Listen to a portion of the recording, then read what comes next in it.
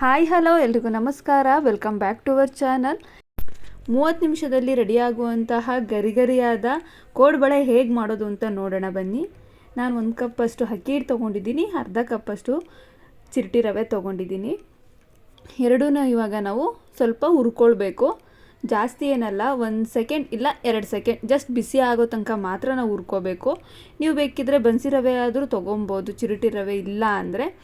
ಬನ್ಸಿ ರವೆನ ನಾವು ಮಿಕ್ಸಿಯಲ್ಲಿ ಗ್ರೈಂಡ್ ಮಾಡ್ಕೊಂಡು ಹಾಕೋಬೇಕಾಗತ್ತೆ.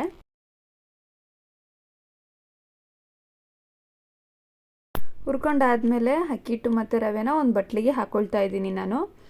ಇದಕ್ಕೆ ಸ್ವಲ್ಪ ಉಪ್ಪು, ಹಾಗೆ ಸ್ವಲ್ಪ 1 ಸ್ಪೂನಷ್ಟು ಎಳ್ಳು, ಆಮೇಲೆ 3 ಸ್ಪೂನಷ್ಟು ಎಣ್ಣೆ ಬೇಕಾಗುತ್ತೆ. ಎಣ್ಣೆ ಜಾಸ್ತಿ ಇದ್ದಷ್ಟು ಒಳ್ಳೆಯದು. ಗರ್ಗರಿಯಾಗಿರಬೇಕಲ್ಲ, ಹಾಗಾಗ್ಬಿಟ್ಟು ಎಣ್ಣೆ ಸ್ವಲ್ಪ ಜಾಸ್ತಿನೇ ಹಾಕ್ಕೊಳ್ಬೇಕು. ನೆಕ್ಸ್ಟ್ ನಾವು ಮಸಾಲ ರೆಡಿ ಮಾಡ್ಕೊಳ್ಳೋಣ ಬನ್ನಿ. ಮಸಾಲ ಏನು ಬೇಕು ಅಂತ ನೋಡೋಣ.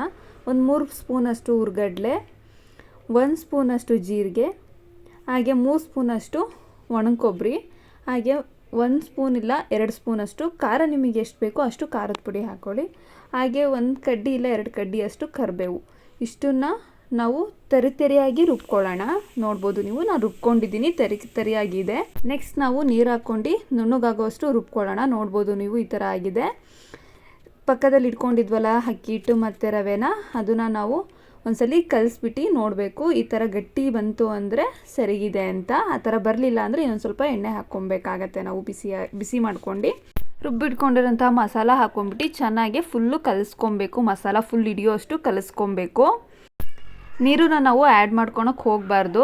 ಮಸಾಲ ಸ್ವಲ್ಪ ಇತ್ತು ಅಂದರೆ ಅದರಲ್ಲೇ ಸ್ವಲ್ಪ ಮಸಾಲಾನ ಮಿಕ್ಸ್ ಮಾಡ್ಕೊಂಡ್ಬಿಟ್ಟು ಜಾರಲ್ಲೇ ಸ್ವಲ್ಪನೇ ನೀರು ಹಾಕ್ಕೊಂಡು ಕಲಿಸ್ಕೊಬೇಕಾಗತ್ತೆ. ಜಾಸ್ತಿ ನೀರು ಹಾಕ್ಕೋಬಾರ್ದು. ನಾವು ಯಾವ ಚಪಾತಿ ಹಿಟ್ಟು ಯಾವ ಥರ ಕಲಿಸ್ತೀವಿ ಆ ಥರ ಕಲಿಸ್ಬೇಕಾಗತ್ತೆ. ನೋಡ್ಬೋದು ನೀವು, ನಾನು ಸ್ವಲ್ಪನೇ ನೀರು ಹಾಕ್ಕೊಂಡು ಕಲಿಸ್ತಾ ಇದ್ದೀನಿ.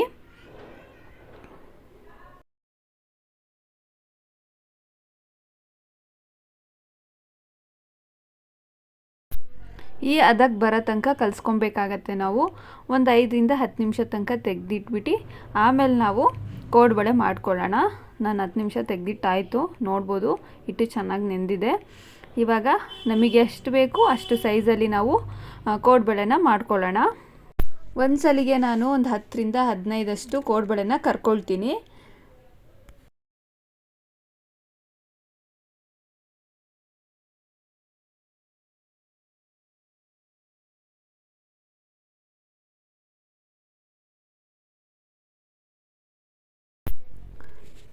ಫಸ್ಟ್ ನಾವು ಎಣ್ಣೆ ಕಾದಿದೆಯಾ ಅಂತ ಸ್ವಲ್ಪ ಹಿಟ್ಟನ್ನು ಹಾಕ್ಬಿಟ್ಟು ನೋಡೋಣ. ಎಣ್ಣೆ ಕಾದಿತ್ತು, ಹಾಗಾಗ್ಬಿಟ್ಟು ನಾನು ಅಷ್ಟು ಹಾಕ್ತಾಯಿದ್ದೀನಿ. ನಾನು ಮಾಡಿಟ್ಕೊಂಡಿರೋ ಕೋಡ್ಬಳೆನ ಹಾಕ್ತಾಯಿದ್ದೀನಿ. ನೋಡ್ಬೋದು ಯಾವ ಥರ ಬುರುಗು ಬರ್ತಾಯಿದೆ ಮೇಲ್ಗಡೆ ಅಂತ. ಆ ಥರ ಬರಬೇಕು.